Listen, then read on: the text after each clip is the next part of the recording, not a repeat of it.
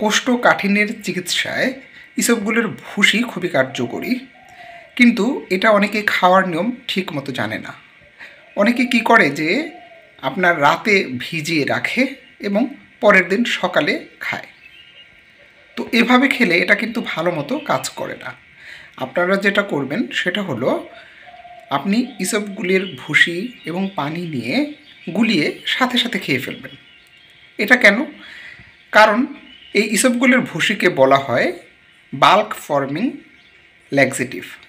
তো এটা যখন আপনি পানিতে গুলিয়ে সাথে সাথে খেয়ে ফেলবেন, এটা আপনার অন্ত্রের মধ্য দিয়ে যেতে থাকবে এবং এর যে অসমোটিক ল্যাক্সেটিভ একটা প্রপার্টির কারণে এটা কি করবে, এটা অন্ত্র থেকে পানি সংগ্রহ করবে এবং আস্তে আস্তে এর পরিমাণটা বেড়ে যাবে এবং আমাদের যে অন্ত্রের যে দেওয়ালগুলো আছে সেটা পিচ্ছিল করে দেবে এবং আপনার পায়খানার পরিমাণটা বাড়িয়ে দেবে, পায়খানাটা ইজিলি হয়ে যাবে।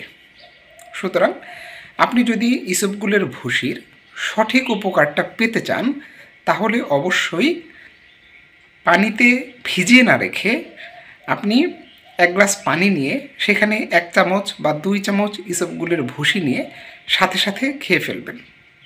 ভালো মতো উপকার পাওয়ার জন্য আপনি সকালে এবং রাতে খাবেন। তো প্রিয় দর্শক, ভালো থাকবেন, সুস্থ থাকবেন। আল্লাহ হাফেজ।